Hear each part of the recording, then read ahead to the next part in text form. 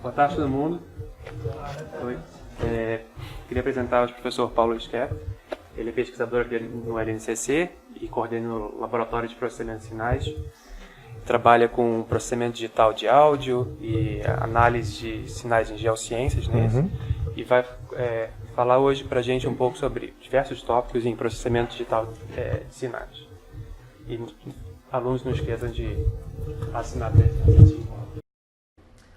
Obrigado, André, pela introdução. Obrigado a vocês pela presença. Nós vamos falar um pouco hoje sobre processamento digital de sinais. Essa é uma área muito ampla, então nós vamos focar um pouco, para não ficar tão vago assim, em análise de sinais. E como nós estamos no curso de modelagem computacional, a gente vai ver que é possível fazer análise de sinais através de modelos. E a gente vai ver que tipos de modelos a gente pode utilizar para governar o comportamento de certos sinais e a partir daí a gente poder extrair informações úteis desses sinais. Tá? Então a gente vai começar introduzindo o processamento de sinais em geral, como é que a gente sai do mundo analógico, contínuo, para o mundo digital, discreto, em que a gente pode usar o computador para processar os sinais que a gente quer processar. Vai falar um pouco de análise de sinais discretos e depois vai falar de análise através de modelos. Para modelar sequências, né, são equações de diferença, que são análogas às equações diferenciais para o caso de sinais em tempo contínuo. E já que a gente tem um modelo, a gente pode fazer uma série de aplicações, né, usando o modelo. Por exemplo, não só uma representação do sinal através do próprio modelo, mas também modificação desse sinal através de modificações do modelo. Também análise e síntese de sinais, uma vez que a gente tem um modelo. E, por fim, a gente vai terminar falando sobre a pesquisa recente que a gente faz no Laboratório de Processamento Digital de Sinais. Então, a gente começa com a interface entre o mundo contínuo e o mundo discreto. Então, estou representando aqui uma cadeia típica de processamento digital de sinais, que a gente tem um sensor, que eu estou supondo que é um microfone, que é um dispositivo que sente variação de pressão. E vai transformar essa variação de pressão num sinal elétrico, que é representado aqui por um modelo, né, representado por uma função contínua, cujo domínio é o tempo e a amplitude dá, né, a variação ao longo do tempo. Isso é um modelo contínuo porque eu posso assumir que essa grandeza, pressão ao longo do tempo, pode ser medida em qualquer instante de tempo que eu queira. Então, o tempo a gente pode assumir que pertence aos reais, que é um conjunto denso. Eu não consigo trabalhar esse sinal no computador, porque o computador trata sequência de números. Então, eu vou ter que dar um jeito de discretizar esse sinal de forma a transformá-lo numa sequência de números, de modo que eu possa usar o computador não só para representar o sinal, mas para modificá-lo.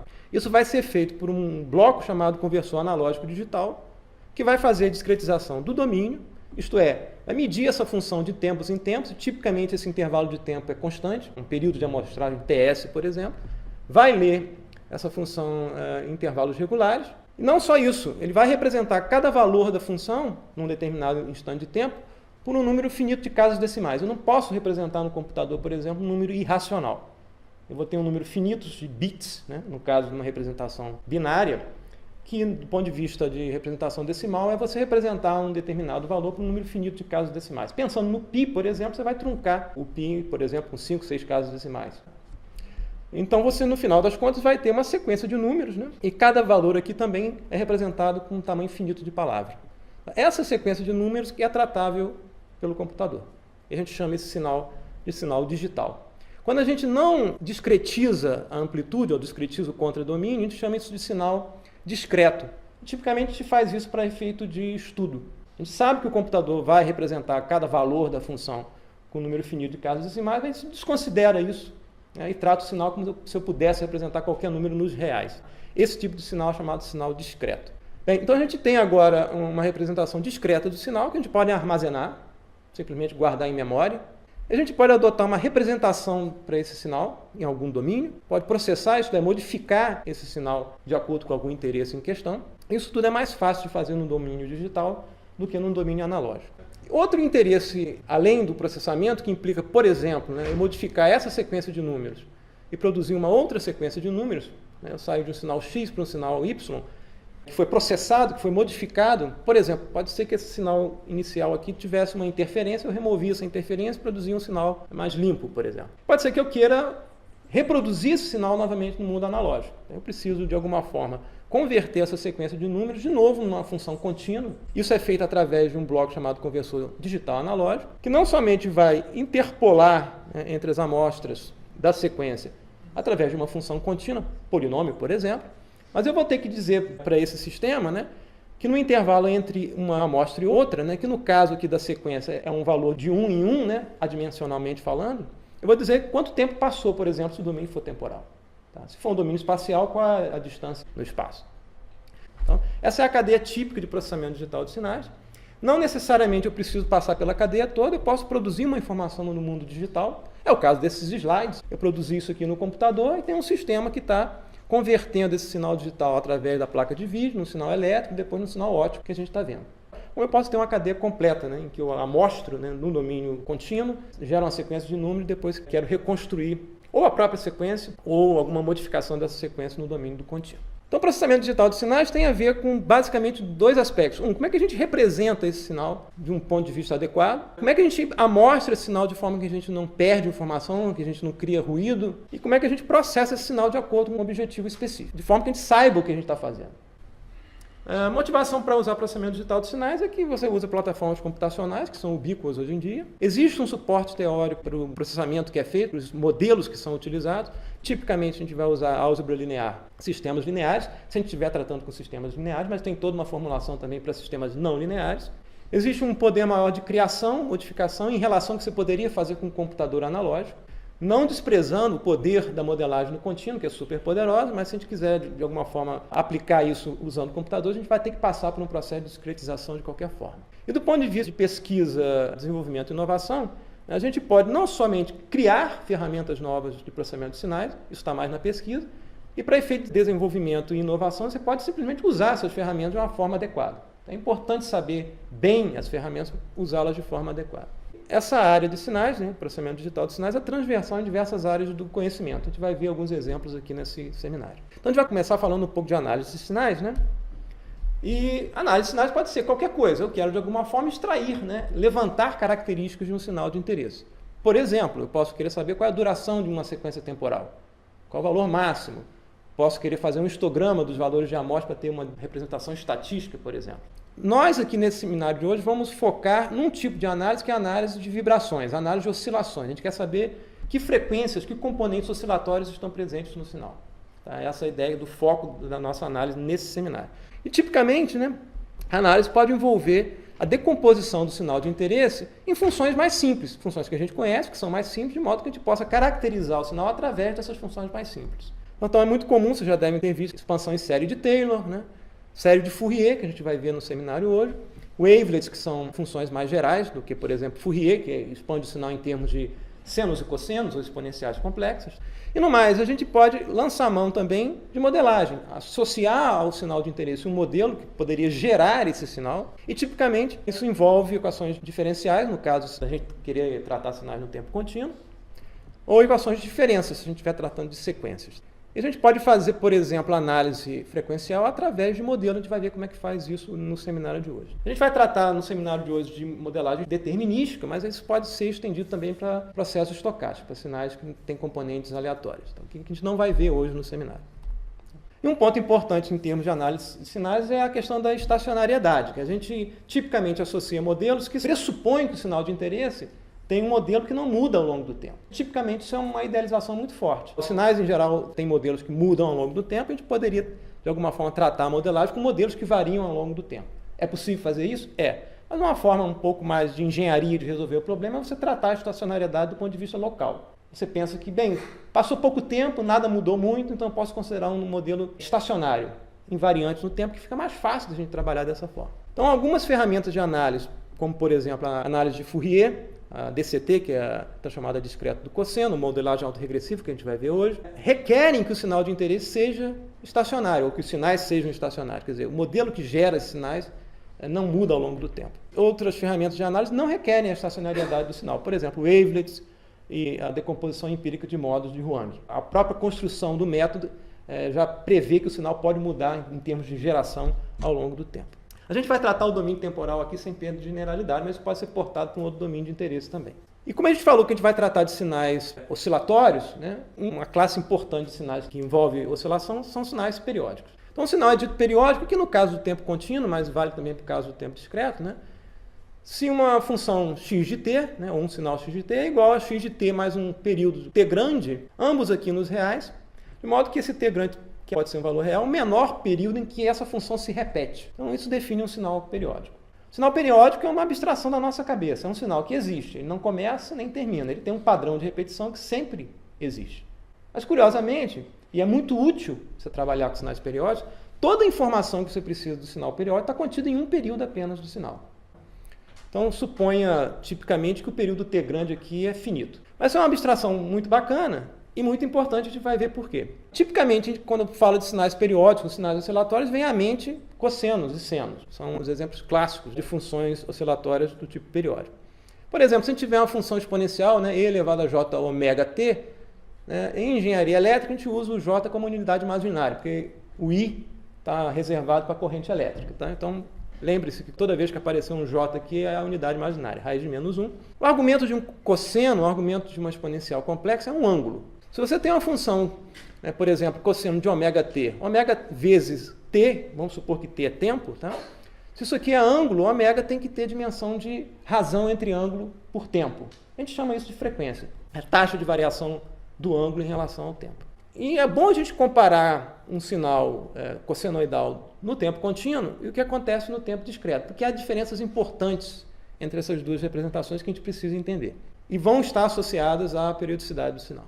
Uma questão importante do ponto de vista de você ter o t pertencente aos reais num domínio denso é que se eu definir qualquer período t de interesse que eu quiser, de qualquer tamanho, se o domínio é denso, eu consigo escrever um período de seno ou de cosseno nesse período. Seja esse t, se eu reduzir o tamanho de t, eu consigo escrever um ciclo de cosseno em qualquer duração que eu quiser ter grande. Isso faz com que a relação entre a frequência e o período, no caso contínuo, seja inversamente proporcional. Quanto menor for o t, mais rápida vai ser essa oscilação e maior vai ser a frequência. Então a frequência e o período mantêm uma relação inversamente proporcional sempre. O ômega é dado em radianos por segundo, mas na engenharia as pessoas não gostam muito de trabalhar com radianos por segundo, como frequência. Tipicamente trabalham com a unidade Hertz, que é ciclos por segundo, e a relação entre a frequência em Hertz e a frequência em radianos por segundo tem uma proporção de 2π. No caso discreto, a situação é diferente. Suponha agora que o nosso domínio de interesse é um domínio discreto. O n aqui pertence aos inteiros, não mais aos reais. Qual é a máxima frequência de oscilação possível que eu posso desenhar num caso como esse, em que o domínio é discreto? Eu não tenho mais como desenhar um ciclo de cosseno no contínuo. No pior caso, a frequência mais alta que eu consigo representar é um sinal que tem uma amostra para cima e outra para baixo. Não tem variação mais rápida do que essa. E suponha que a magnitude aqui, a amplitude desse sinal seja igual a 1. Eu posso modelar esse sinal como um x de n, uma função cujo domínio é os inteiros, que é menos 1 elevado a n. Eu posso escrever menos 1 em coordenadas polares, isso vai ser igual a exponencial de e elevado a j. π, isso tudo elevado a n. Simplesmente substituir o menos 1 por e elevado a jπ. Isso também é igual a cosseno de πn. São duas representações distintas da mesma coisa. Isso significa que a máxima frequência possível de oscilação, no caso de um domínio discreto, nos inteiros, é π, radianos por amostra, no argumento principal. E a gente vai ver que a representação frequencial de uma sequência é periódica. Por quê? Cosseno de π vezes n é igual a cosseno de π mais qualquer múltiplo inteiro de 2π n. Então, eu posso adicionar um argumento múltiplo inteiro de 2π ao ômega de interesse aqui, eu continuo no mesmo lugar. E isso ocorre especificamente porque o domínio não é mais contínuo e o domínio agora é inteiro. Então, há diferenças importantes entre tratar sequência e tratar sinais no tempo contínuo. E uma propriedade que a gente vai ver aqui ao longo do curso é que a discretização anda de mãos dadas com periodicidade. Você discretizou alguma coisa, por exemplo, num determinado domínio, pode contar que num domínio dual você vai ter uma representação periódica. A gente vai ver isso aqui algumas vezes nesse seminário. Continuando ainda com as diferenças entre domínio contínuo e discreto, voltando aqui ao sinal em tempo contínuo, um sinal do tipo x de t igual a cosseno de ômega 0 t, ômega 0 é a frequência de interesse aqui. Esse sinal é periódico para qualquer valor de ômega 0. Como a gente viu, a frequência é inversamente proporcional ao período sempre. Se a gente pensar em termos de representação frequencial, a gente pode construir um domínio aqui ômega, que a gente vai chamar de frequência, e esse sinal cossenoidal a gente pode expandir através da relação de Euler como duas exponenciais complexas. Isso é igual a meio da exponencial e elevado a j ômega t mais e elevado a j menos ômega 0 t. Então, a representação frequencial desse sinal contém duas frequências apenas. Uma frequência em ômega 0, tá? e uma outra frequência em menos ômega zero. Essa representação, com essa setinha aqui, é um objeto chamado delta de Dirac, que tem o mesmo tipo de informação de modelo do que a representação, que é um modelo, né, temporal para o sinal cossenoidal. Você tem que conhecer dois parâmetros aqui, a amplitude A e o valor ômega. Tem uma terceira informação escondida aqui, que essa função é uma função real. A mesma quantidade de informações está presente nessa representação. A gente tem um valor apenas de frequência ômega zero. O valor de A está embutido aqui na área desse delta de Dirac. A informação de que essa função aqui é real está embutida na simetria da representação frequencial, que foi explicitamente mostrado aqui na decomposição dessa função cossenoidal em duas exponenciais complexas. Aqui a gente vê mais uma relação entre periodicidade e discretização. Não exatamente discretização. Esse sinal cossenoidal é um sinal periódico. A representação frequencial dele requer 2 pontos apenas no domínio de conhecimento. Logo, é uma representação enumerável do ponto de vista da quantidade de informações que eu preciso saber no domínio frequencial. Então tem um quê de discreto, porque eu tenho 2 pontos apenas aqui que eu preciso conhecer para ter a representação completa desse sinal. No caso discreto, a situação muda um pouco de figura, né? A primeira surpresa, né, é que esse sinal não é necessariamente periódico para qualquer valor de ômega zero. É possível provar, não vou mostrar aqui, que o ômega zero tem que ser um racional de 2π para que esse sinal seja um sinal periódico. E a representação frequencial dessa sequência envolve agora repetição com período 2π, periodicidade com período 2π radianos por amostra. Porque o cosseno de ômega zero, n, é igual ao cosseno de ômega zero mais qualquer múltiplo inteiro de 2π. Isso decorre do fato do n ser um valor inteiro. Então a representação frequencial aparece aqui como 2 componentes frequenciais, que eu posso expandir esse cosseno em termos de 2 exponenciais complexas, como a gente fez antes, mas essa mesma representação vai aparecer replicada aqui, né, em múltiplos inteiros de 2π, menos 2π, mais 2π e assim por diante. Logo, a representação frequencial de qualquer sequência, esse logo aqui é a forçação de barra da minha parte, dá para mostrar, mas no caso aqui específico desse cosseno, dá para mostrar que a representação frequencial de qualquer sequência é periódica e o período de repetição é 2π radianos por amostra. Se a gente considerar, né, que esse n aqui é inteiro, né, varia de 1 em 1, né, a máxima frequência de oscilação aqui, como a gente viu antes no caso do cosseno, é π, né, e se eu quiser reconstruir o sinal no tempo contínuo, né, eu vou ter que de alguma forma sair dessa representação espectral para essa aqui. Isso significa isolar, né, as componentes de frequências que estão entre menos π e π, que é um período, né, da representação frequencial da sequência. Partindo dessa representação, que é periódica, e ela é periódica na frequência porque o sinal é discreto no tempo, mas também ela é singular, né? A representação requer aqui um número enumerável de pontos no domínio espectral. Se o ômega zero for um racional de 2π, se o sinal for periódico no tempo. Do ponto de vista mais geral, né, a gente considera sinais que não são cossenoidais. Esse sinal não começa nem termina, ele existe, né? Os sinais que a gente vai tratar na realidade começam e terminam, né? São sinais que têm início e fim. E tipicamente, né, a amostragem desses sinais requer tão simplesmente você assumir que existe uma função contínua que representa esse sinal, a grandeza, por exemplo, a variação de pressão ao longo do tempo, e você vai ler, né, a informação de t em múltiplos inteiros e um período de amostragem ts. E com isso você vai formar a sequência de números. A gente não vai quantizar, não vai representar o valor do número com um número finito de bits, considera qualquer valor nos reais. E lembrando, n é uma variável nos inteiros e o ts é uma variável nos reais. E a gente vai considerar que esse sinal é limitado em frequência. Isso significa que existe na representação frequencial aqui uma frequência ωm máxima, acima da qual, em módulo, né, você não tem mais energia de componentes oscilatórios presentes nesse sinal. A amostragem desse sinal, quer dizer, sair dessa representação de x de t, tzinho aqui nos reais, para o x de n, envolve, como qualquer sequência, uma representação que é periódica na frequência com um período 2π. Então, esse espectro de x de t, né, vai se transformar nesse espectro de x de n, que vai se repetir de 2π em 2π. E se eu quiser recuperar, a partir do xn, o sinal x de t, eu vou ter que, de alguma forma, selecionar nessa representação frequencial de x de n, né, um período, por exemplo, entre menos π e π, essa região em verde escuro aqui, e dizer que esse 1 em 1 aqui, né, da variável n nos inteiros, corresponde a um TS, a um período de reconstrução, quando eu quiser voltar para o tempo contínuo. Bem, se eu quiser realizar essa reconstrução perfeita, eu tenho que atender um critério, para evitar, por exemplo, que essa representação frequencial centrada em zero, né, se sobreponha às representações laterais aqui, em múltiplos inteiros de 2π. Caso contrário, eu não consigo recuperar o sinal com perfeição. Esse processo de amostragem com período TS, isso aqui é x de n TS. O que a gente fez para sair do x de n TS para o x de n, né, foi dividir no tempo por TS. A gente lia o sinal de TS em TS, e do ponto de vista da sequência, eu não tenho mais essa informação de TS. É como se eu tivesse normalizado o período de amostragem por TS, dividido por TS, para poder obter o n aqui nos inteiros, adimensionalmente falando. Então, uma divisão no tempo vai produzir uma multiplicação na frequência, né? Pelo mesmo fator, porque frequência e tempo, no caso contínuo, são inversamente proporcionais. Então, esse ômegazinho aqui, ele vem parar aqui, né, num ômegazinho chapéu, depois da amostragem, né, que é um ômegazinho MTS. Multipliquei na frequência, porque eu dividi no tempo. Então, se eu quiser que essa réplica aqui, espectral centrada em zero, não se sobreponha às réplicas laterais, eu tenho que fazer com que, no máximo, o ômegazinho chapéu M seja igual a π, radianos por amostra. Caso contrário, eu vou ter sobreposição entre essas réplicas. Então, isso produz o seguinte critério, ômegazinho M TS tem que ser menor do que π, e que produz para a gente, né, um critério para que eu faça a amostragem de modo que eu consiga reconstruir o sinal no tempo contínuo a partir da sequência. Então, o TS, o período de amostragem, vai ter que ser menor do que π dividido por ômega-m.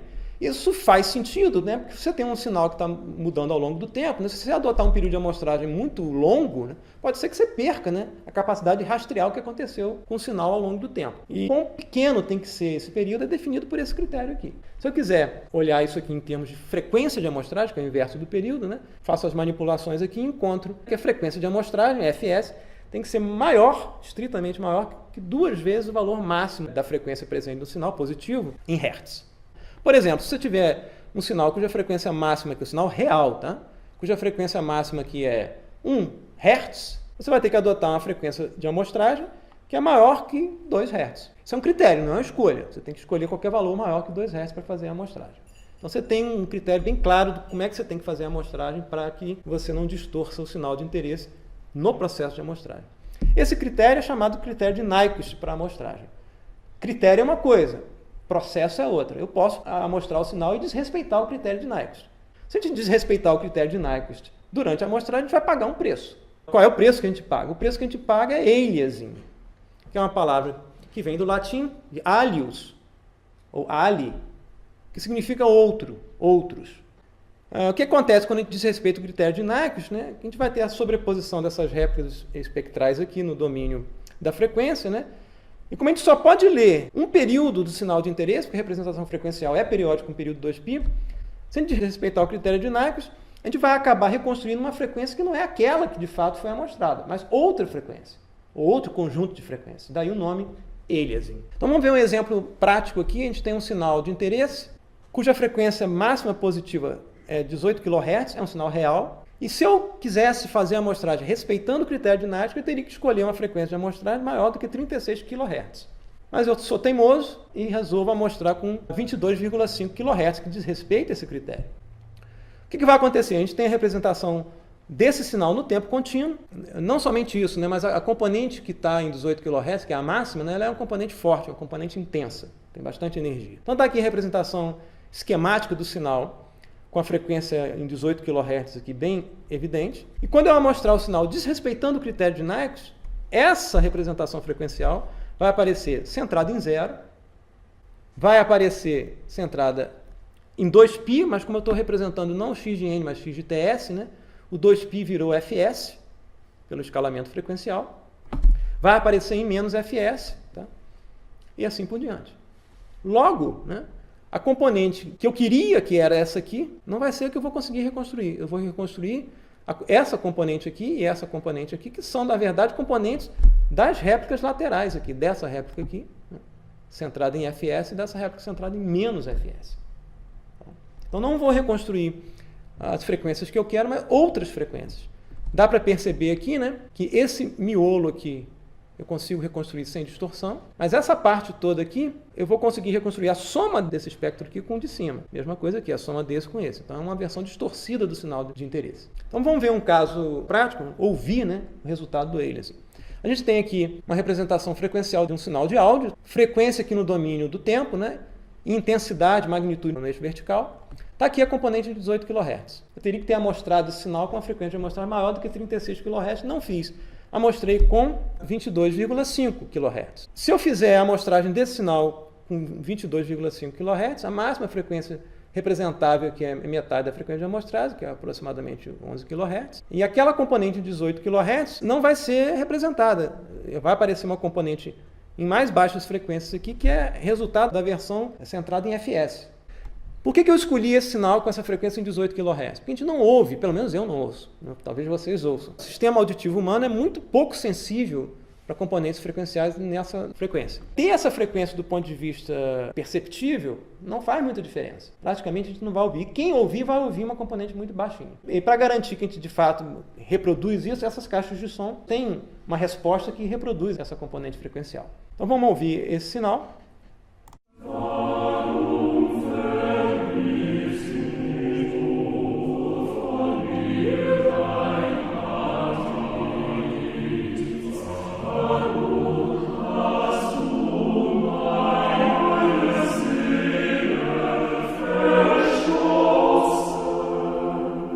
Alguém ouviu a componente de 18 kHz? Os jovens vão ouvir, né?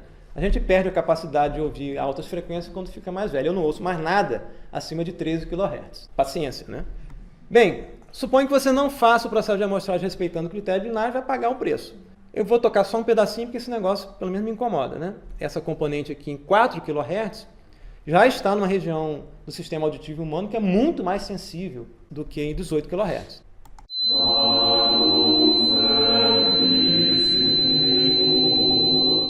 Vocês entendem a ideia, né? Então, não somente isso, essa frequência está aqui atrapalhando a gente, né?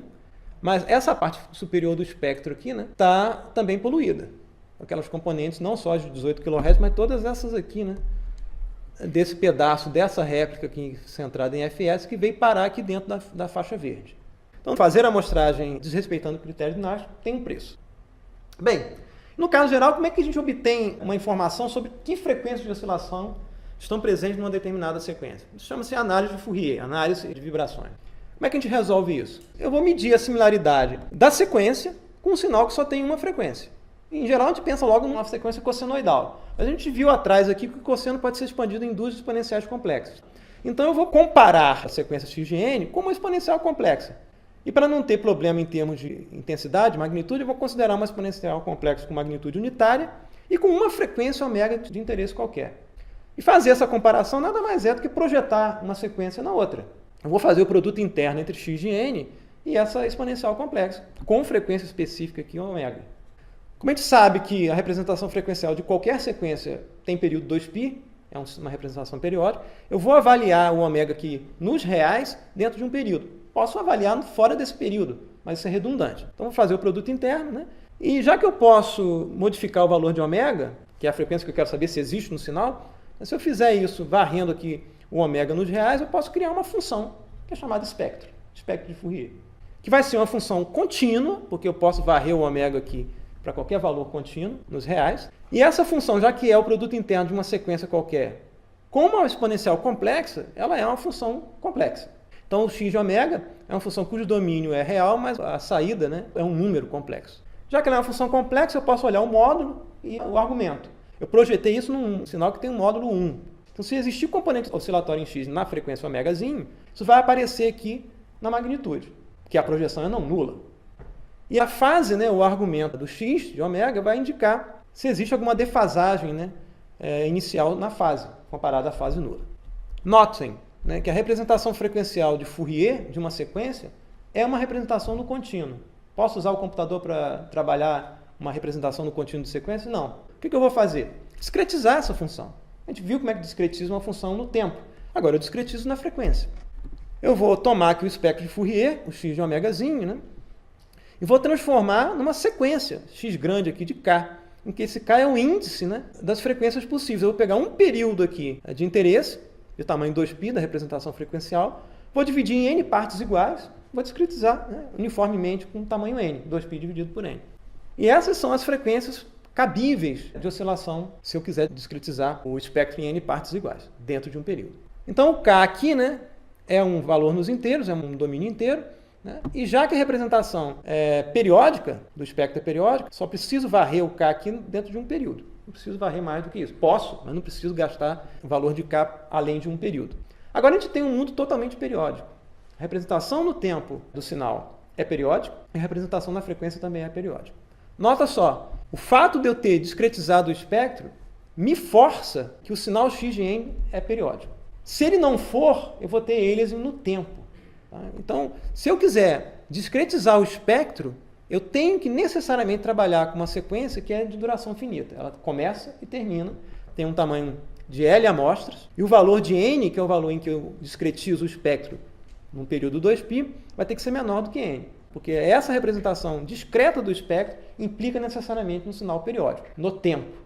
Dá para mostrar isso, vocês têm que aceitar a minha palavra, porque não tem como mostrar isso agora aqui. Mas uma vez que a gente tem o espectro discretizado, tanto no tempo quanto na frequência, as representações são periódicas com o mesmo período n grande.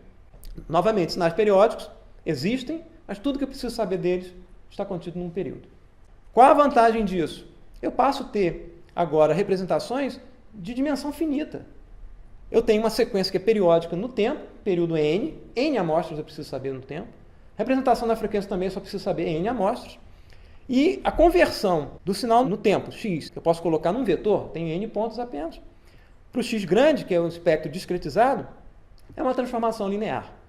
É um produto matriz-vetor aqui, em que essa matriz W grande aqui vai conter exponenciais complexos, valores complexos. Cheio, uma matriz cheia n por n. E é possível realizar essa conta, não somente agora com dimensão finita, mas de forma rápida. Essa matriz W é cheia, mas eu posso decompor esse problema numa sucessão de matrizes esparsas.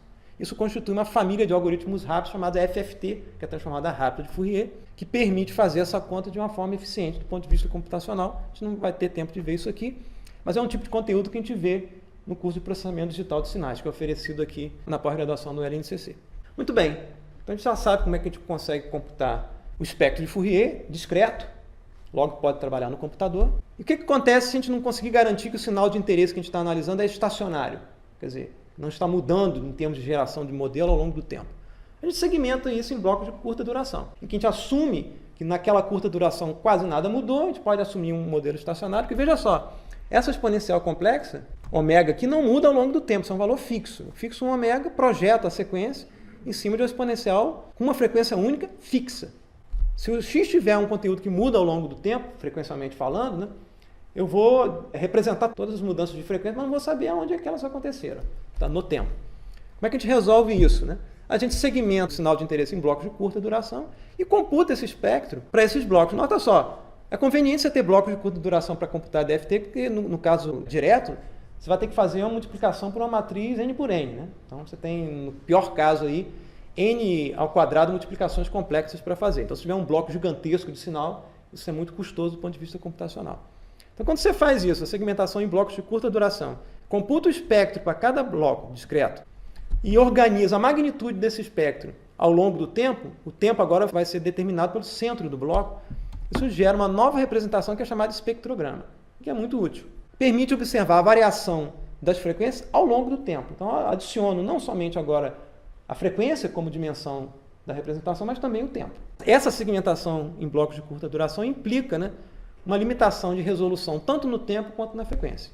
Tá aqui. Então, como é que a gente faz? Segmenta o sinal em blocos de curta duração, e para cada bloco a gente computa DFT de tamanho n e vai produzir aqui um conjunto de sequências, né, e eu vou olhar a magnitude, organizar isso numa matriz e produzo o chamado espectrograma. Qual o problema aí da segmentação? É justamente o fato de você ter blocos de curta duração produzem uma limitação na resolução frequencial. Suponha aqui um sinal que não é estacionário, porque ele tem zeros até a metade do caminho que, de repente, começa um cosseno. Então, não é estacionário. Antes é uma coisa, depois é outra. Se a gente usar uma janela desse tamanho e pensar que o centro da janela vai produzir um resultado aqui na representação tempo-frequência, durante o período em que a janela está varrendo o início do sinal, isso é estacionário localmente falando. Nada mudou, uma sequência de zeros. Tá?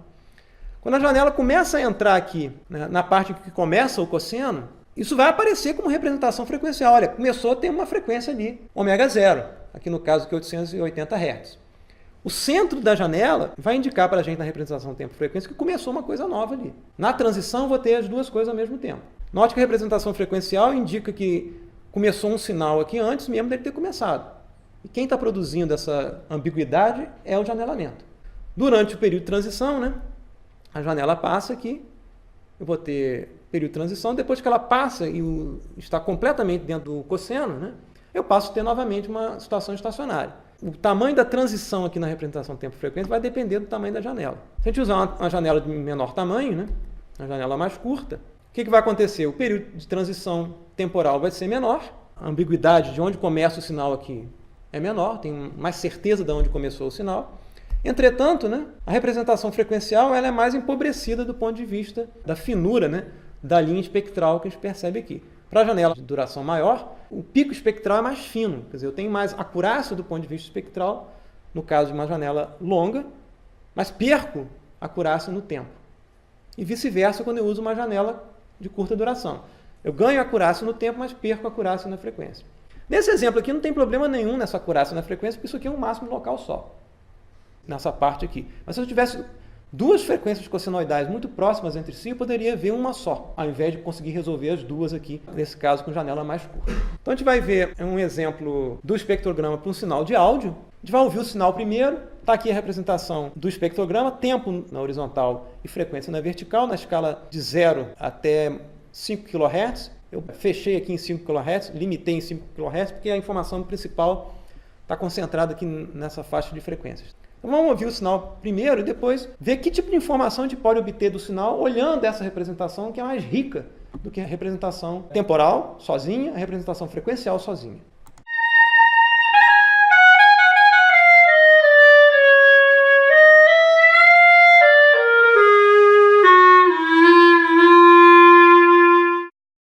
A gente percebe que, bem, isso é um sinal de clarinete, a gente percebe que isso é um sinal harmônico, porque você tem uma componente aqui aproximadamente 900 Hz, a segunda componente aqui é o dobro dela aproximadamente, tem uma terceira aqui que é o triplo dela, então a gente consegue verificar uma informação de que esse sinal é harmônico.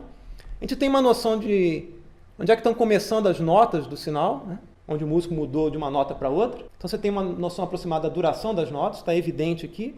A gente tem informações, por exemplo, que se é um clarinete, o segundo harmônico para essa faixa de frequência é mais fraco, isso dá o timbre característico desse instrumento. Você consegue extrair uma série de informações da representação tempo-frequência que você não conseguiria só com a informação temporal ou só com a informação frequencial. Então é a informação mais rica. A extração de informação de música, por exemplo, envolve representação tempo-frequência e manipulações, né, extração de características a partir desse tipo de representação. Se a gente ouvir com cuidado, a gente consegue perceber, por exemplo, né, que o músico respira nessa parte aqui. Você vê que você tem uma presença de uma componente que não é oscilatória, mas uma componente estocástica, e que aparece aqui como uma mancha no espectrograma, né?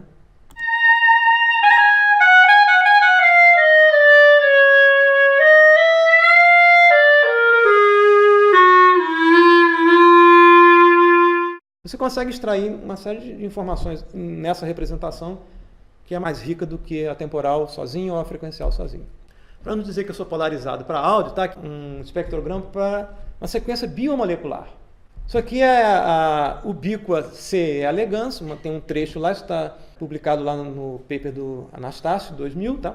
Ele pega lá a sequência de DNA, a TGC, de alguma forma que eu não consegui entender, ele transforma isso numa sequência e computa o espectro ao longo do tempo, por blocos pequenos. Ele usa uma DFT de tamanho 60, né? E ele observa, né, que você tem componentes de alta intensidade aqui, né, no índice 10. Aqui, aqui e aqui. E como a DFT de tamanho 60 e o índice é 10, né, você tem um período de repetição de 6 unidades aqui das bases. E segundo o que ele diz, isso é de alguma forma adequado, razoável do ponto de vista da informação biológica que ele quer de alguma forma inferir a partir desse tipo de análise. Então você tem aplicações em outras áreas do conhecimento que usam o espectrograma. Bem, já que a gente está no curso de modelagem computacional, vamos ver como é que a gente pode usar modelos para processar sinais e para analisar sinais. A gente quer, de fato, quando está falando de modelo, produzir um modelo que é capaz de gerar o sinal que a gente observa, com algum erro. E a gente quer, de alguma forma, usar modelos simples, modelos lineares e invariantes no tempo. Então, para isso, a gente está considerando sinais estacionários. O que a gente quer fazer? Do ponto de vista conceitual, a gente quer encontrar um modelo, que a gente vai ver como é que a gente vai fazer isso, de forma que, se eu excitar um modelo com a excitação delta de n, que é o delta de Kronecker, é um sinal superlocalizado no tempo, ele tem uma amostra não nula no domínio n, que é o domínio inteiro. todas as outras amostras são nulas. É um peteleco que você dá no sistema, ele responde, a resposta é H, e você vai comparar a resposta do sistema com o sinal que você observa Y. Vai computar o erro entre essas duas coisas, os parâmetros do modelo são dados para esse vetorzinho A. Você vai tentar encontrar os parâmetros do modelo que minimiza, né, o erro em algum sentido, por exemplo, a norma 2. Com isso você consegue modelar o sinal. E uma outra forma de você ver isso, né, é você trabalhar com o modelo inverso. O modelo inverso é aquele que desfaz o efeito no modelo direto. Então, se você tem uma observação Y, suponha que o modelo direto, de fato, governe o comportamento de Y. Se você passar Y pelo modelo inverso, você destrói o comportamento de Y. Você desfaz o comportamento de Y. E vai produzir um erro de modelagem, e você pode estimar os parâmetros do modelo inverso, minimizando o erro de modelagem. Muitas vezes é mais fácil você trabalhar com o modelo inverso do que com o modelo direto. Mas a ideia é similar no caso direto e no caso inverso. Minimizar o erro de modelagem em relação aos parâmetros de interesse. O que são essas equações de diferenças? A gente tem um sistema cuja entrada é x de n, sistema linear invariante no tempo, que a gente quer um modelo linear e invariante no tempo. Isso pode ser entendido como um operador t que modifica x e entrega y. E modifica uma sequência e entrega outra. E qual é o modelo de equações de diferenças geral que representa isso? A saída no modelo y de n vai ser dada por duas partes. Uma parte que vai depender da entrada, e a dependência é puramente linear. Você tem um somatório, e cada termo aqui é um multiplicador bm vezes a sequência de entrada, né, deslocada aqui de mzinho.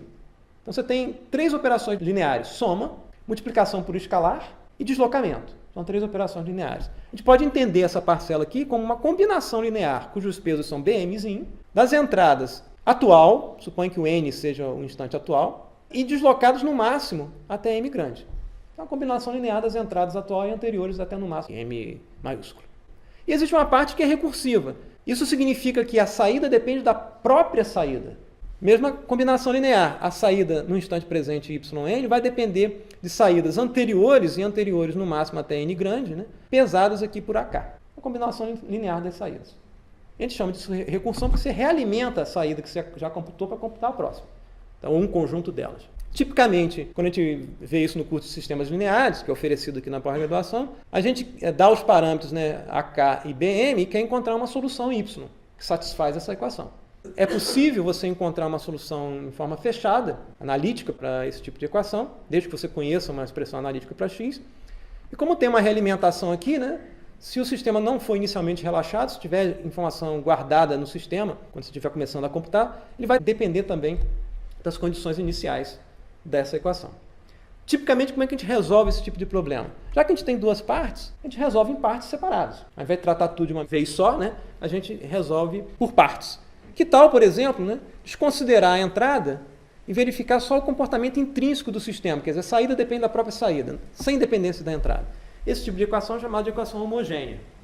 Não depende da entrada, eu zero a parcela de entrada. Fica claro aqui, né, que para eu obter uma solução yn que satisfaz a equação homogênea, eu tenho que conhecer valores anteriores de y, senão eu não consigo nem fazer a conta. É claro que a solução nula é sempre solução, mas essa solução não tem interesse nenhum. Tá? Y de n igual a zero para todo n. Mas se eu quiser sair da solução trivial, eu preciso, né, conhecer n grande valores de y para obter uma solução y de n. Logo, eu preciso de n grande condições iniciais. E já que essa equação envolve três operações lineares, soma, multiplicação por escalar e deslocamento, eu vou particularizar aqui o operador de deslocamento, que eu vou chamar de z elevado a menos 1. Isso é arbitrário, isso vem da transformada z, que a gente não tem como ver aqui. Mas é um operador simples. O operador z menos 1 aplicado a qualquer sequência S de n é a sequência atrasada de uma unidade de tempo, ou deslocada de uma unidade no domínio. Isso aqui envolve memória, do ponto de vista computacional. O valor de S no instante presente n, se eu aplicar o operador atrasador, ele é o valor de S no instante anterior, uma unidade de tempo. Então eu preciso guardar essa informação em alguma unidade de memória. Então isso aqui é uma unidade de memória. Se eu reescrever essa equação em termos desse operador z-1, e aqui eu estou passando essa parte aqui para o lado esquerdo, né, chamando aqui o A0 de 1. Tá? Então fica um somatório aqui de k igual a 0 até n grande, né, de ak y de n menos k. E se eu substituir aqui o operador atraso, y de n menos k nada mais é do que a aplicação sucessiva do operador z-1 k vezes. Então eu tenho essa representação aqui, que nada mais é do que o polinômio característico dessa equação. Polinômio característico da equação de diferenças homogênea. Estou reescrevendo a equação homogênea aqui. E a proposição é a seguinte, que é muito importante, né? Se lambda é raiz do polinômio característico, Então, y de n igual a lambda elevado a n é a solução da equação homogênea. Isso é fácil de mostrar. Se eu propus isso e quero saber se é verdade, o que eu faço? Plugo a proposição na equação e verifico se é verdade. Y de n, né, é lambda elevado a n. Então, quem que é y de n menos k? É lambda elevado a n menos k. Está aqui, né? Lambda elevado a n vezes lambda elevado a menos k. Esse cara aqui, a gente acabou de ver que é o polinômio característico avaliado em lambda. Mas como eu disse que lambda é a raiz do polinômio característico, como parte da proposição, então isso aqui é igual a zero. Então a equação é satisfeita para qualquer lambda. Esse cara, lambda elevado a n, é chamado modo natural do sistema. Representa um comportamento oscilatório intrínseco do sistema que independe da entrada. Essa equação é homogênea. É um zero de um operador recursivo. Você pode interpretar intuitivamente esse zero de um operador recursivo como uma espécie de caminho mais livre que você tem para o sistema vibrar.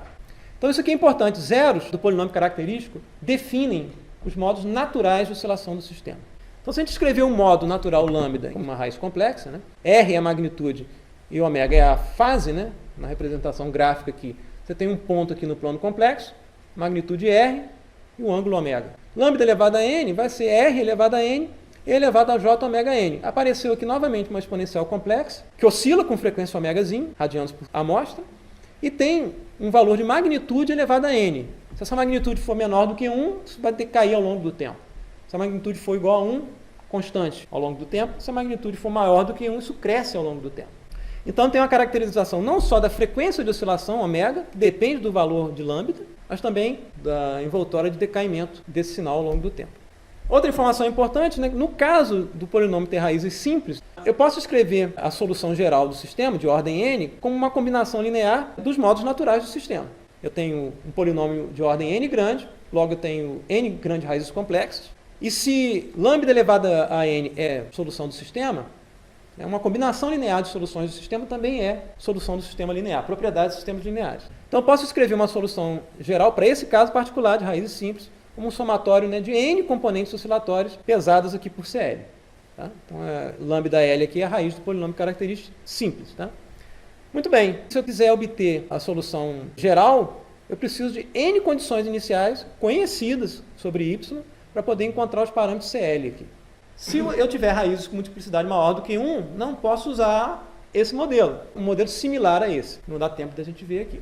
Muito bem, e agora como é que eu ajusto um modelo que eu conheço em termos de estrutura a uma observação que eu de fato meço? Eu vou usar aquele esquema, né? Eu vou usar o modelo inverso, vou aplicar o sinal de interesse que eu observo ao modelo inverso, de forma que eu quero que ele desfaça o comportamento de y e produza um erro de modelagem. Eu vou minimizar o erro de modelagem no sentido da norma 2, de forma a calibrar aqui os parâmetros do modelo. O modelo direto é esse aqui. Equação de diferenças, como a gente viu. Y de n, parte recursiva. Eu estou chamando aqui o x de n a entrada de erro. Tá? Troquei de letra. Muito bem, o modelo inverso, né, eu posso pensar que eu troquei entrada com saída. Né? O erro de predição, que é a saída de interesse, que eu vou querer minimizar, vai ser igual ao sinal observado y menos a predição de y. Esse cara aqui eu observo em n. E esse cara aqui, a faixa somatória é de k de 1 até n grande, tá? Então, eu estou varrendo isso aqui de y de n menos 1 até y menos n grande.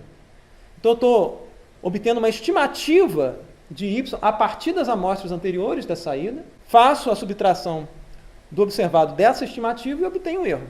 Eu vou otimizar, né, os valores de AK, né, de modo a minimizar o erro. Essa é a ideia. E estou fazendo aqui usando o modelo inverso. Por quê? O modelo direto é recursivo. Modelo inverso não. O E de n não depende do próprio E. Ele só depende da entrada y. É mais fácil trabalhar com esse modelo do que com o modelo direto. Então tá lá, repetir aqui a equação do erro de predição. Preciso de n condições iniciais sobre y para começar a fazer essa conta, que essa parte aqui depende de n valores iniciais de y. Então vou escrever isso em termos matriciais para n de n grande até o tamanho da sequência de interesse que eu tenho. Por exemplo, L amostras. Isso aqui vai virar um vetor E, y vai virar um vetor y. Esse somatório eu vou escrever em termos de uma matriz y grande vezes um vetorzinho A que contém aqui os parâmetros do modelo. Essa manipulação matemática. O que eu vou fazer? Minimizar o erro médio quadrático. É um processo de otimização que é o mínimo de E transposto E. Se esse erro for complexo, vai fazer o hermitiano aqui em vez do transposto. Ao fazer isso e fazer as contas, você vai encontrar em forma fechada os valores de A. Estimação clássica de métodos mínimos quadrados. Eu consigo obter um valor dos parâmetros do modelo que minimiza o erro, no sentido da norma 2. Pressupostos que a gente assumiu aqui. que o modelo é estacionário, logo o sinal de interesse naquele bloco de L amostras é também estacionário. A gente pressupôs que há, no máximo, N modos complexos em Y, ou N sobre 2 modos reais em Y, porque a gente sabe que cada modo natural é uma exponencial complexa. Se eu tiver um cosseno, por exemplo, oscilatório, preciso de 2 exponenciais complexas, modos complexos conjugados. E a escolha de N, né, vai depender de uma expectativa que você tem do número de componentes oscilatórios presentes no sinal. E a gente viu que a gente pode fazer análise de Fourier para ter uma estimativa desse tipo de informação, que é projetar o sinal de interesse em cima de exponenciais complexos. Se o sinal de interesse não for estacionário, eu segmento em blocos de curta duração, é uma opção. Outra opção é usar modelos variantes no tempo. A gente usou modelos fixos aqui, invariantes no tempo, mas eu posso usar modelos variantes no tempo para trabalhar com sinais não estacionários. Uma vez que você tem o modelo estimado, você tem uma representação compacta do sinal. Eu não preciso do sinal, basta os parâmetros do modelo. Muitas vezes o modelo tem um número de parâmetros muito menor do que o número de amostras do sinal. É o caso do cosseno. Eu posso ter um período de cosseno, mas eu preciso de 2 parâmetros, né? A amplitude e a frequência de oscilação.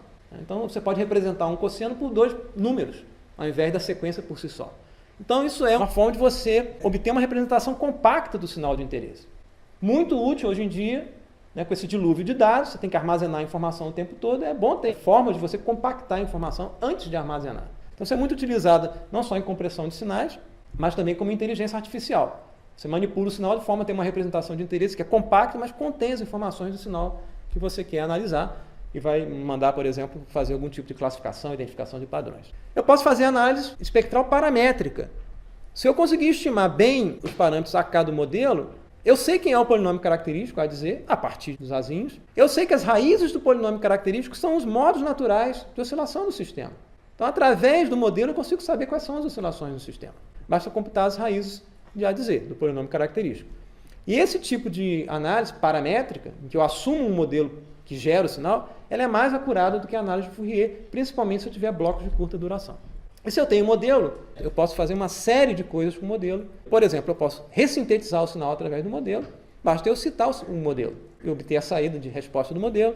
Eu posso detectar anomalias, que vão se manifestar como erros de modelagem altos, se a anomalia não for representativa do comportamento do sinal. Eu posso usar isso para fazer redução de ruído e nós vamos ver agora exemplos desses tipos de aplicação. Então vamos ver um exemplo real, a gente tem uma gravação ruidosa de um som de corda do violino, mas que não foi tocada com ar, foi tocada feito violão. Então tá aqui, esse aqui é o sinal no tempo, tá? Fazendo um zoom aqui no início a gente percebe que é um sinal oscilatório, análise visual no tempo. O sinal foi amostrado a 44.100 Hz, então eu só consigo representar informações de frequência até metade desse valor, a gente viu lá no teorema da amostragem. Então aqui o sinal.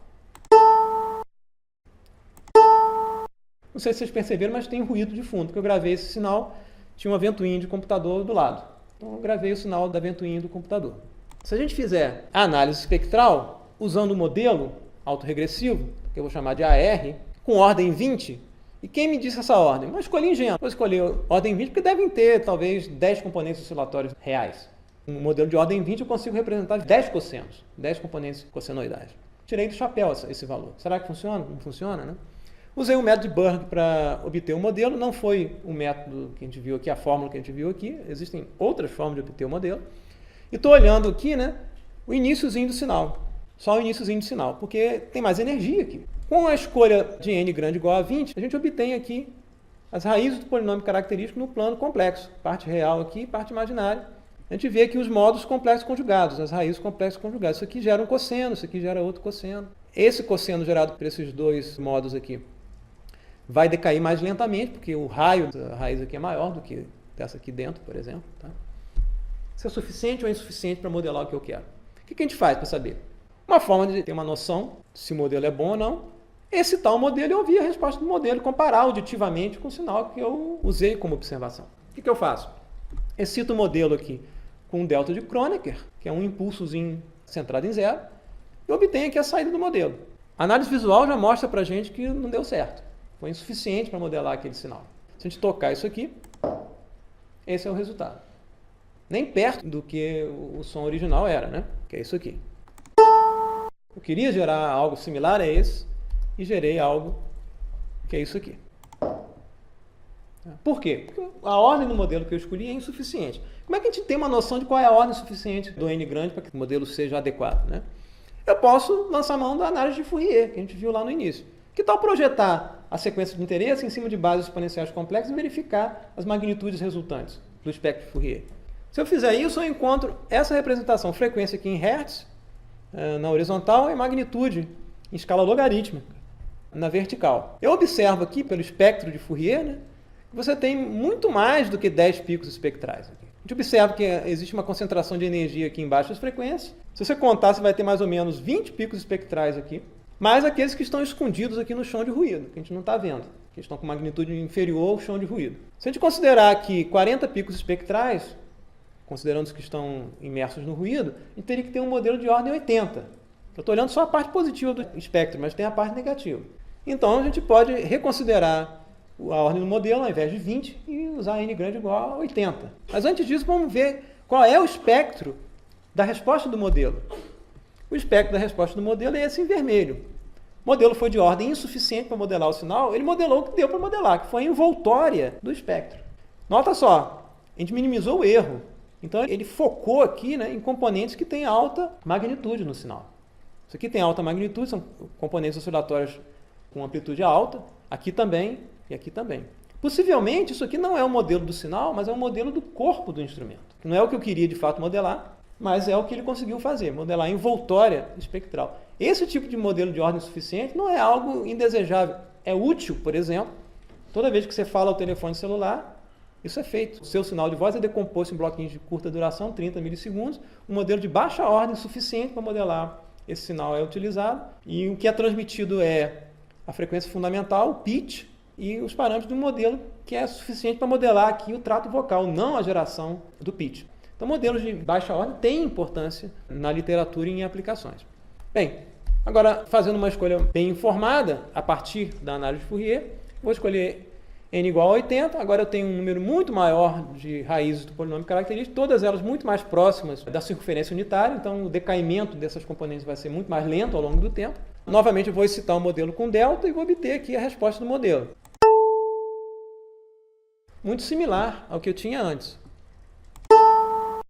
Mesma frequência, né? Mais longo, porque eu tenho um modelo. Eu posso deixar o modelo rodando, ele gera um sinal maior do que eu tinha. Que bacana isso, né? Sem ruído. O modelo é bom para o sinal, ele não é bom para o ruído. O ruído ficou lá no erro de modelagem. Então tem uma série de coisas que eu posso fazer uma vez eu tendo um bom modelo para o sinal de interesse. Se a gente olhar agora a resposta do modelo contra a resposta em frequência do sinal, né, a gente percebe que esse modelo de mais alta ordem foi capaz, né, de modelar aqui a maioria das componentes oscilatórias do sinal. Nem todas, só as de mais alta energia. Por exemplo, essa aqui está lá, mas ela tem energia pequena. Como eu estou minimizando a energia, essa energia aqui ficou mais ou menos na mesma ordem de grandeza da energia do erro de modelagem. Então, ele não sintonizou, digamos, com essa componente. Desconsiderou.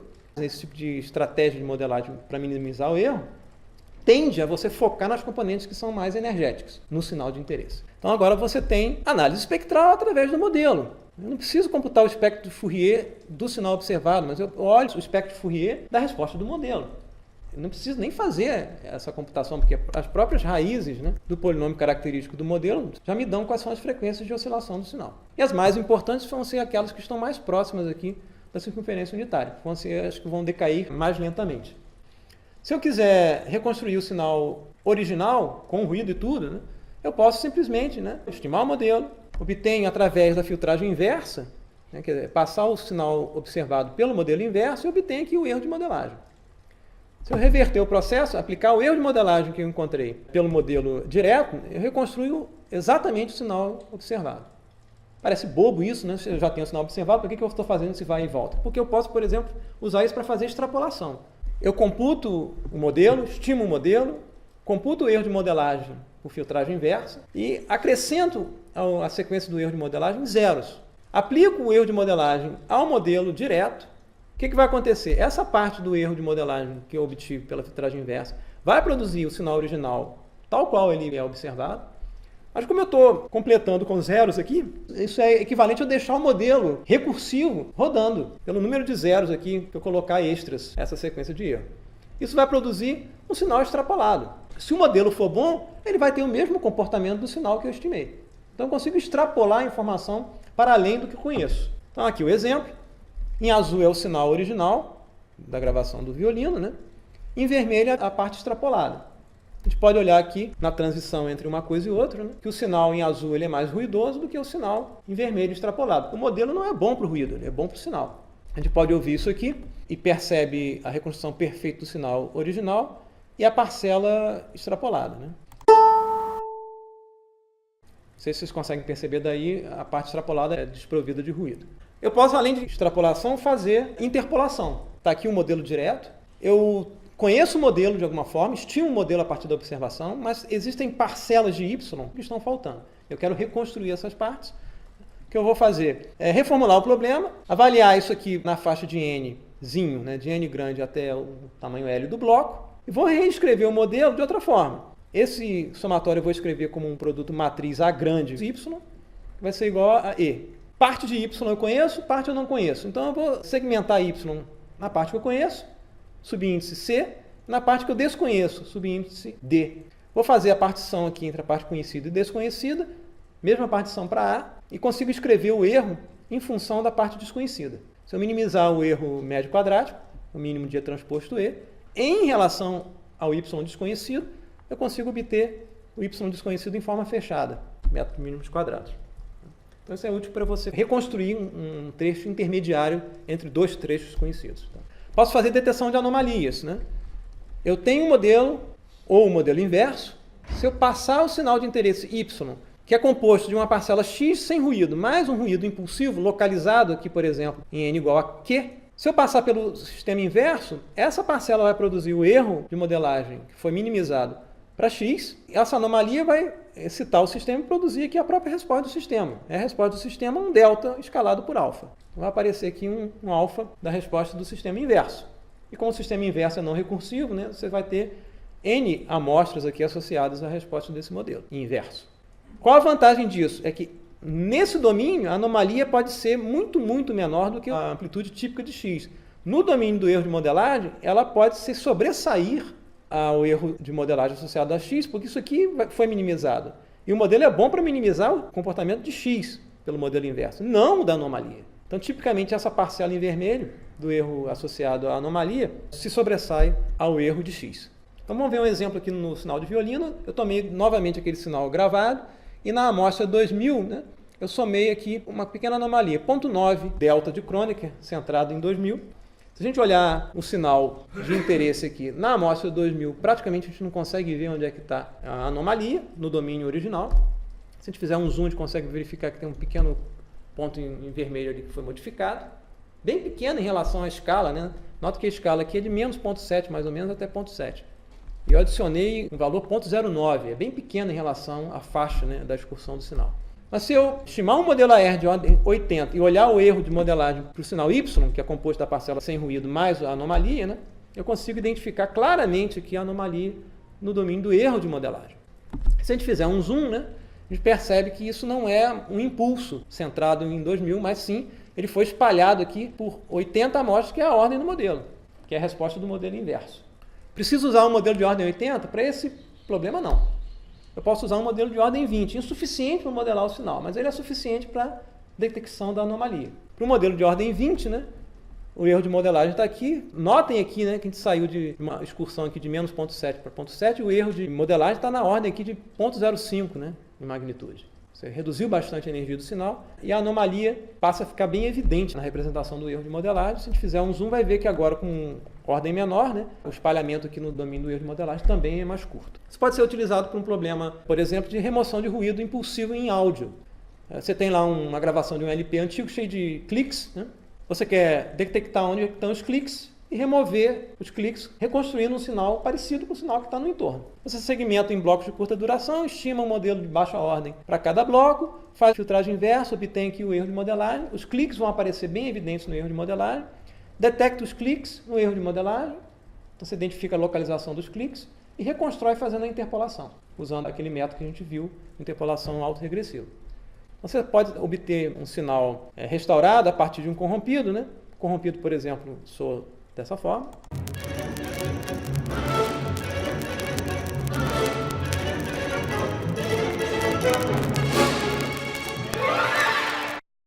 5% das amostras estão corrompidas por ruído e o restaurado.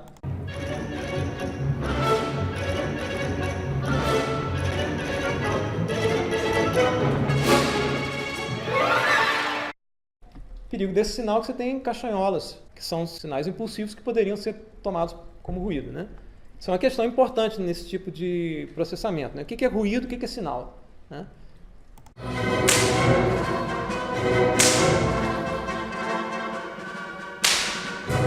Isso é uma gravação, o cara dá uma chicotada, né? Isso não está na partitura, né?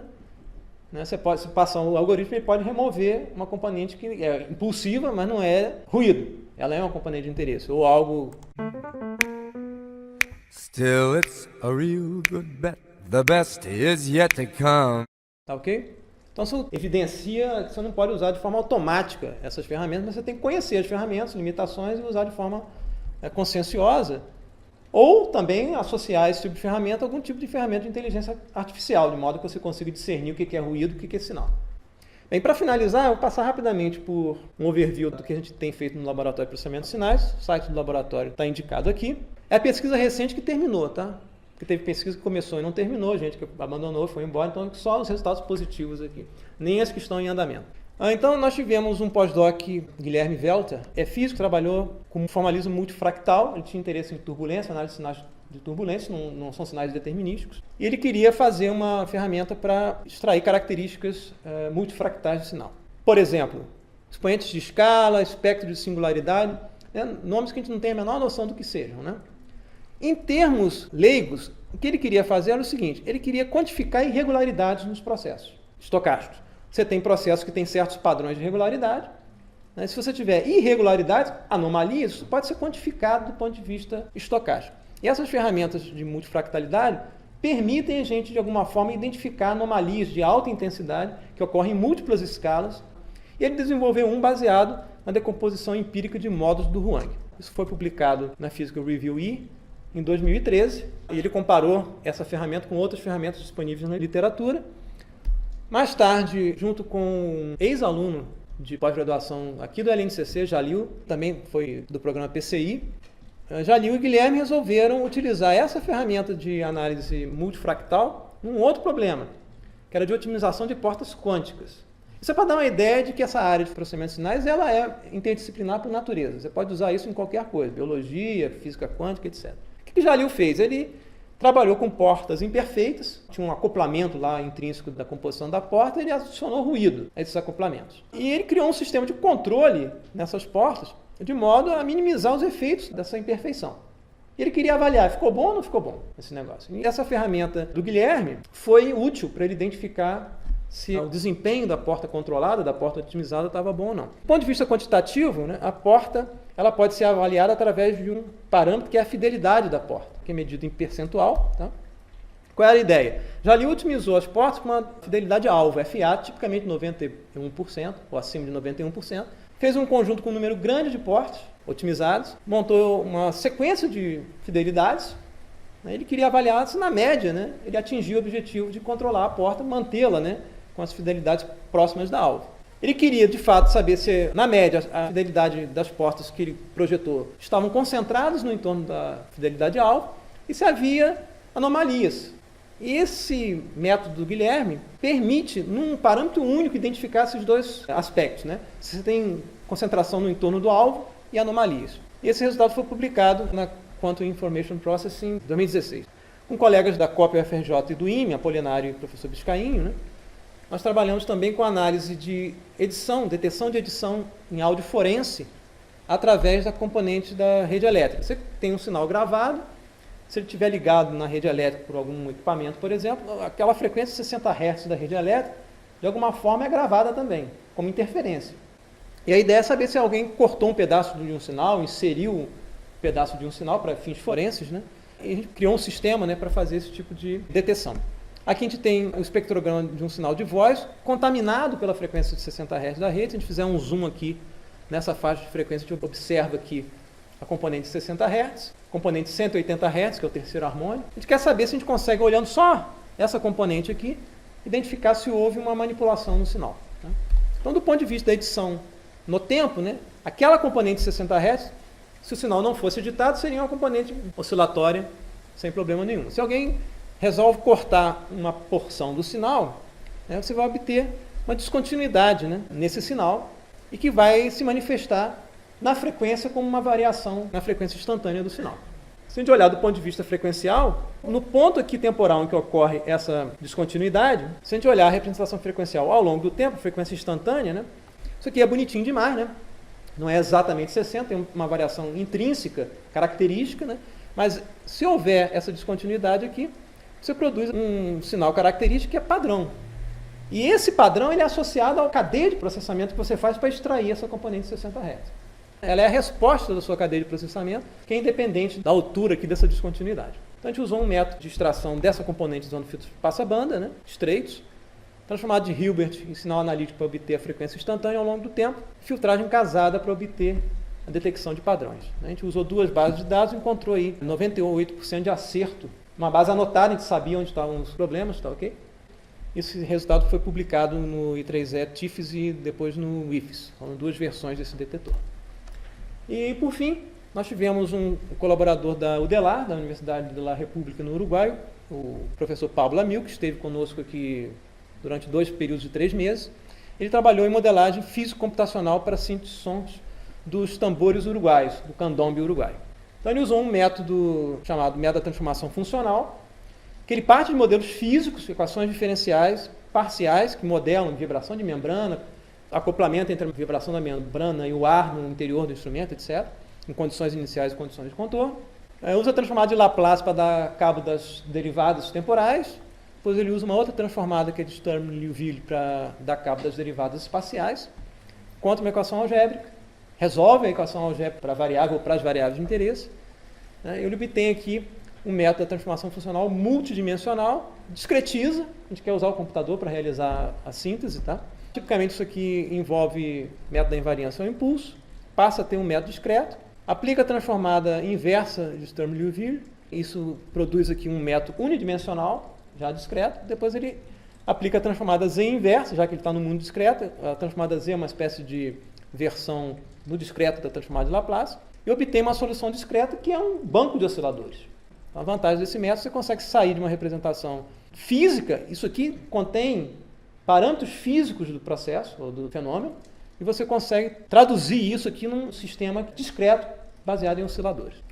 Como exemplo, ele trabalhou aqui um modelo não linear para a membrana, com e sem acoplamento da membrana com o ar dentro do corpo do instrumento.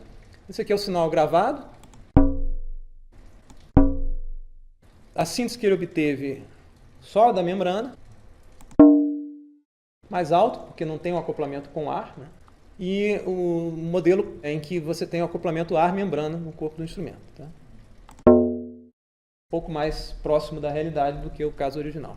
Ele também trabalhou com o golpe lateral da baqueta do instrumento, o percussionista faz no corpo de madeira do instrumento, que já é um som que não é puramente de vibração, mas tem componentes estocásticos. O sinal gravado é esse aqui. Ele trabalhou não com o sistema de método da transformação funcional, mas com o modelo fonte-filtro, com excitação estocástica para produzir o sinal sintetizado. Bem parecido com o sinal original. Bem, e para finalizar, a tendência para o futuro é a integração dessa área de sinais com outras áreas. A gente teve a palestra do professor Ziviani, que falou de sistemas em redes, então você pode ter processamentos em paralelo, em redes, autônomos, e como é que você integra isso tudo. Sistemas adaptativos inteligentes. Modelagem de certezas também é algo que é muito comum em processamento de sinais. A gente viu toda a parte determinística aqui, mas isso pode ter tratamento estocástico também. Conexão com dados, né? Como é que você transforma dados em informações, como é que você armazena a quantidade cada vez crescente de dados, tem a ver com compactação, tem a ver com representação compacta de sinais, né? E aplicações de ferramentais já bem consolidadas em N outras áreas. Biologia, bioinformática, mecânica quântica, como te vi algum exemplo aqui. E também a relação entre a parte de modelos físicos em tempo contínuo e a discretização através do computador, por exemplo, com método de transformação funcional. Então, uma área intrinsecamente interdisciplinar. É isso, mais uma vez eu agradeço a presença de vocês, passei um pouquinho do tempo, fico feliz em responder perguntas se houver. Obrigado.